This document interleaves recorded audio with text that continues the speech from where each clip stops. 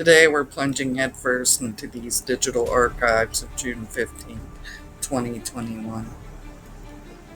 You know, the day Summer Wells allegedly went missing.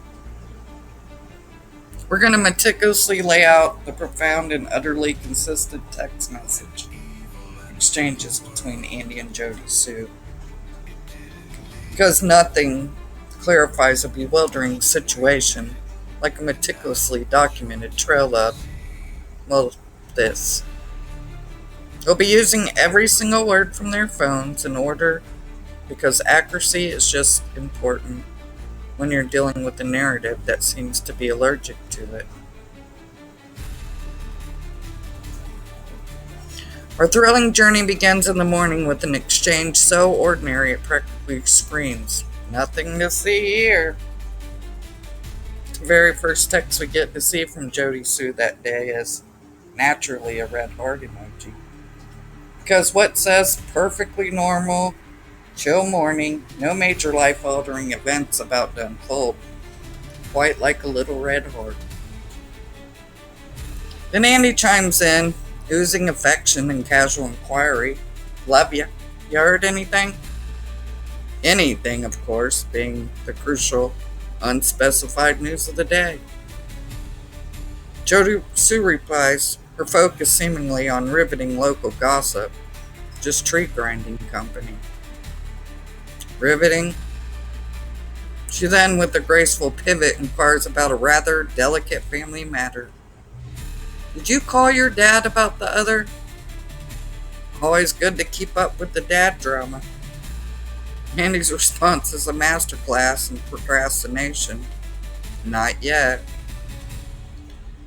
Jody Sue, ever the diligent one, presses the issue, hinting at some shared belongings and a charming desire for recreational activities.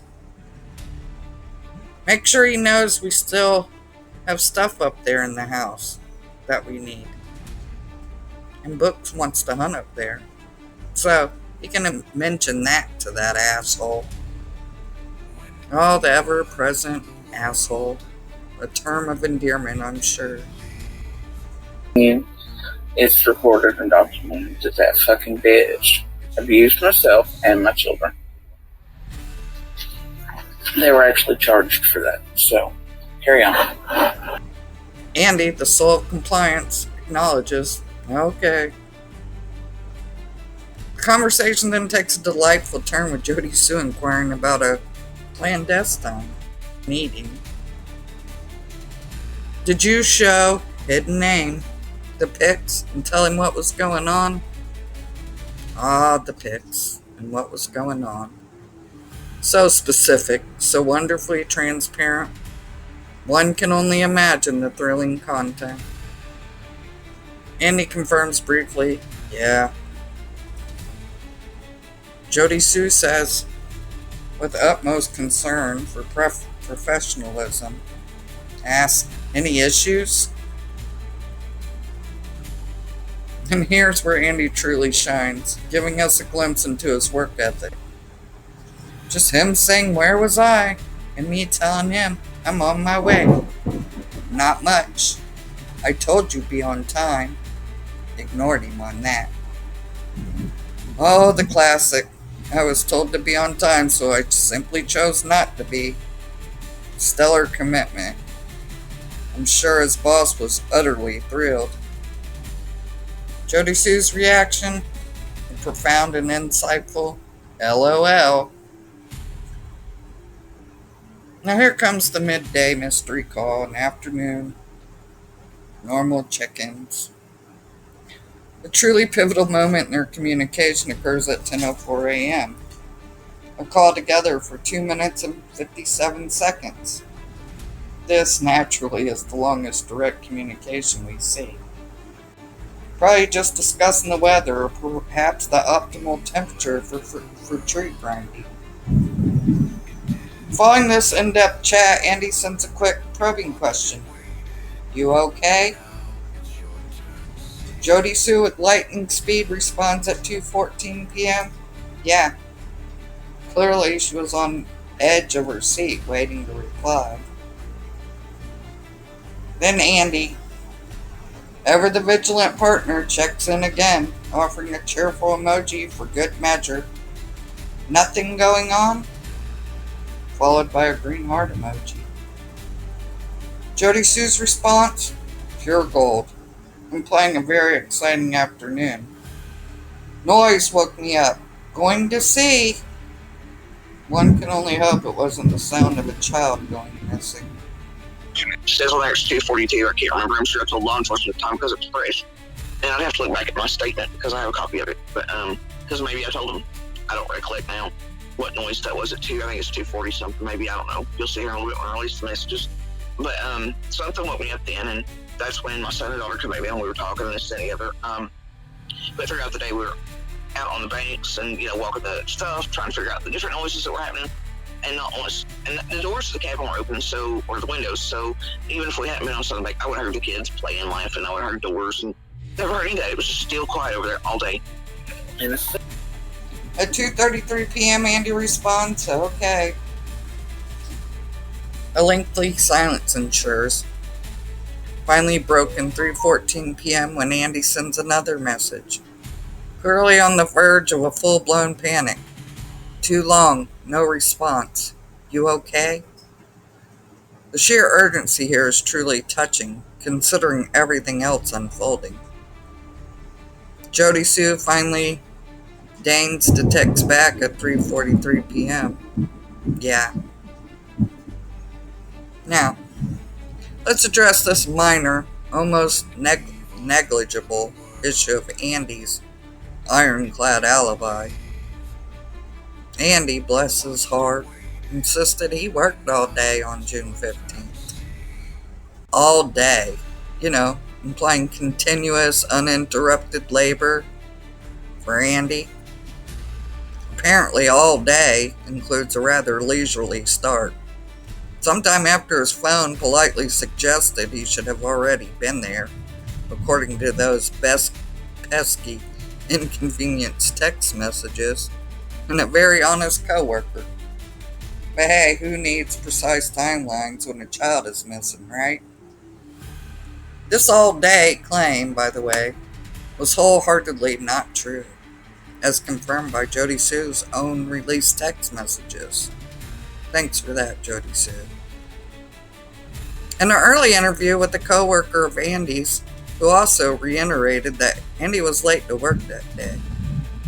A truly crucial time on the day Summer went missing, especially considering the TBI stated Summer was last seen in the early afternoon hours. So, just a small insignificant hiccup in the official story. As the day progressed, the plot thickens with eyewitness accounts.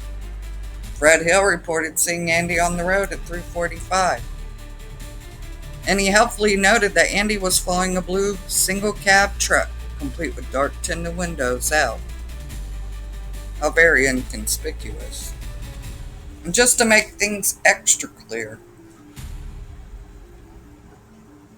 surveillance footage picked up Andy on the road that day also. And Andy's car was also seen on Simpsons Road earlier that day. Because, of course, when you're late for work, the best way to make up time is drive around mysteriously. When the keen minds of law enforcement, in the form of Detective Pruitt, were pressed on this, he offered a gem of clarity. Andy was on the road prior to. I had questioned him several times concerning that. Yes, he was on the road probably prior to. Prior to what, you ask? Prior to the sun setting?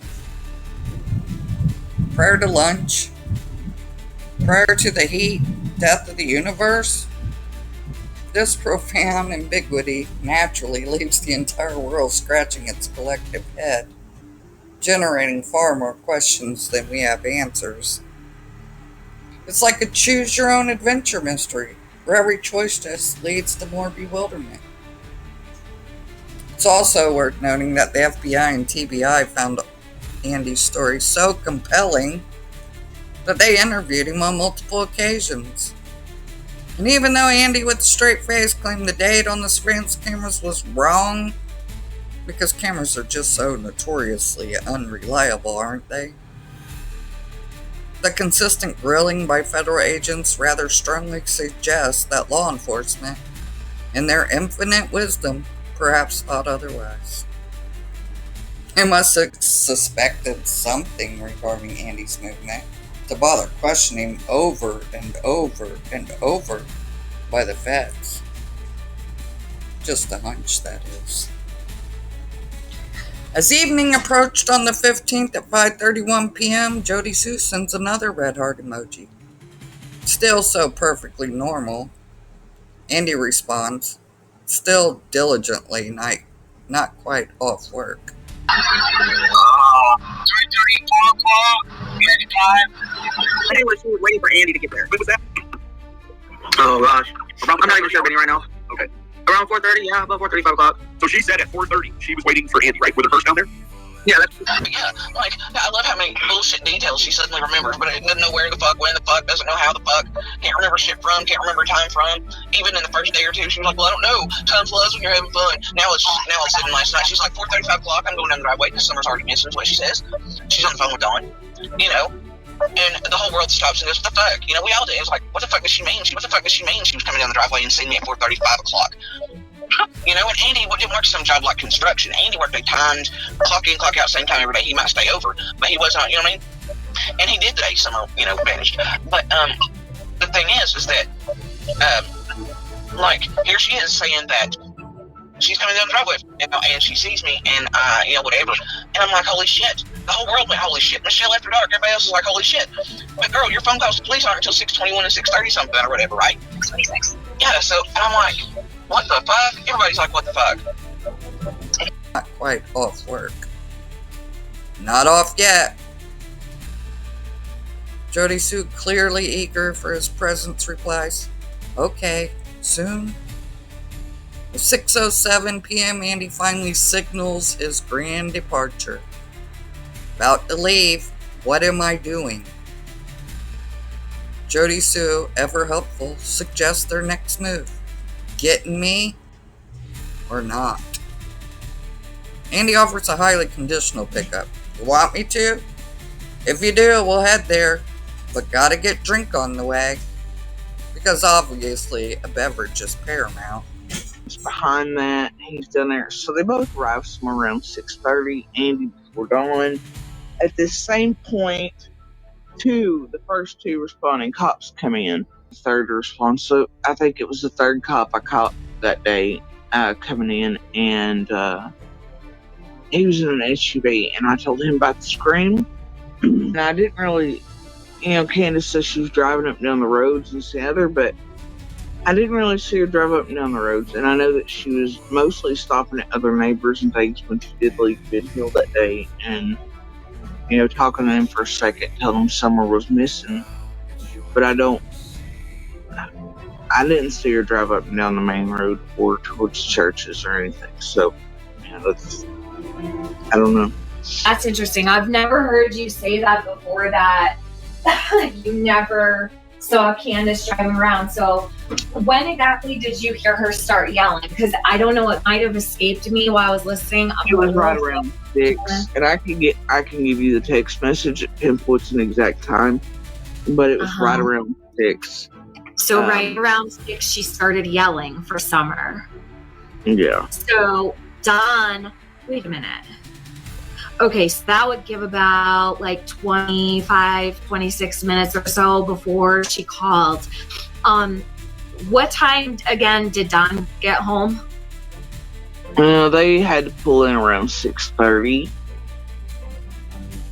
He got there at 6:30, so 3 I'd say minutes. around. That's my estimation, because I know how long it takes Andy to get from where he works and where he was at that day last we talked. 6:30, he and Candace, right, called the And police. it may have been 6:02, 6:09, because I know it's not right there at the exact thing, but it was somewhere right. Jody Sue confirms, specifying a meeting point. Yeah, I'll be at the bottom in 20. Andy, a true gentleman, responds with a thoughtful consideration for her comfort. We'll text when I pass Mom so you're not in the heat long. Then, a moment of pure, unadulterated transparency. Something is text that Jody Sue blacked out so you couldn't tell what was being said. Because naturally, when a child is missing, some details are just too personal to share with the public. Jody Sue then texts indicating she's proceeding with her plans. Okay, see you soon. Going to head down and mess with my flowers. Anyway. Yes, flowers. Priorities. Finally, at 6:09, Andy confirms his noble journey. Okay, on my way. Jody Sue's last text in this riveting sequence. Okay, see you soon. Now, these texts go on to June 16th. The hunt for Summer continued, and the text exchanges between Jody Sue and Andy reflect the ongoing, perfectly coherent efforts. Jody Sue texts Andy expressing her utterly profound desire to contribute. I'm going down to look or help. Can't just sit here and do nothing. Well, some other mama's baby is missing. I may try to go towards Mount Carmel Church. Such selflessness. Can't just sit there while someone else's child's gone. Andy responds with a message of utterly vital caution and affection. Okay, be careful. Love you. Later, Jody Sue provides a highly insightful update from the search efforts, noting the arrival of new, fancy resources. They're here with new dogs, new teams, about to walk ours. Don't look like bleeding. This text, of course, implies that while professional search teams were on site, Jody Sue also planned to unleash her own, clearly superior canine companions. And heaven forbid anyone thinks she was leading the professionals. Now, for that absolute highlight of this search, Jody Sue's dogs reportedly tried to fight with the searcher's dog. Yeah, you heard that right. Because nothing aids a missing child investigation quite like canine chaos and potentially disrupting highly trained canine units. One must truly admire the dedication to, well, something other than a smooth, effective operation. Just heartbreaking, isn't it?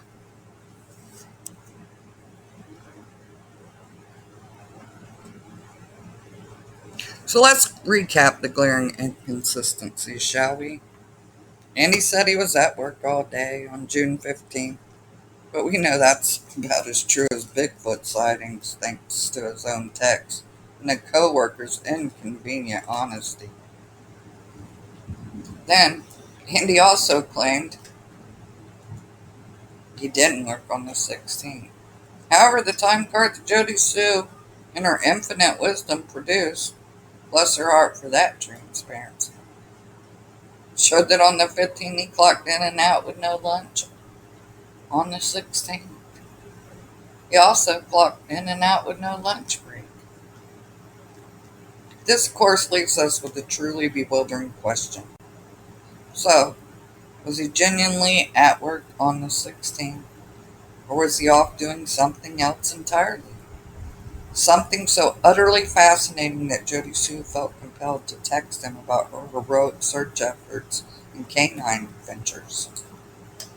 Honestly, all the lies told in this case, the contradictory statements, the conflicting evidence, just makes it more suspicious to the precise role that the neighbors Jody Sue and Andy play in the heartbreaking disappearance of Summer Wells. Alright, you guys. I'd like to know what your opinions are. Leave them in the comments. What questions do you have about these text messages back and forth that day? Do you find it suspicious of the constant, are you okay? You heard anything? And what do you think the red heart and the green heart stand for in these messages? Next, we're going to dive into some other people who are also close around Summer and her parents. I was hoping that my next video would be Arrest's been made, Summer's been located, but it's not. Each time I sit down to make one of these videos, I'm hoping that they'll locate her. But until next time, you guys,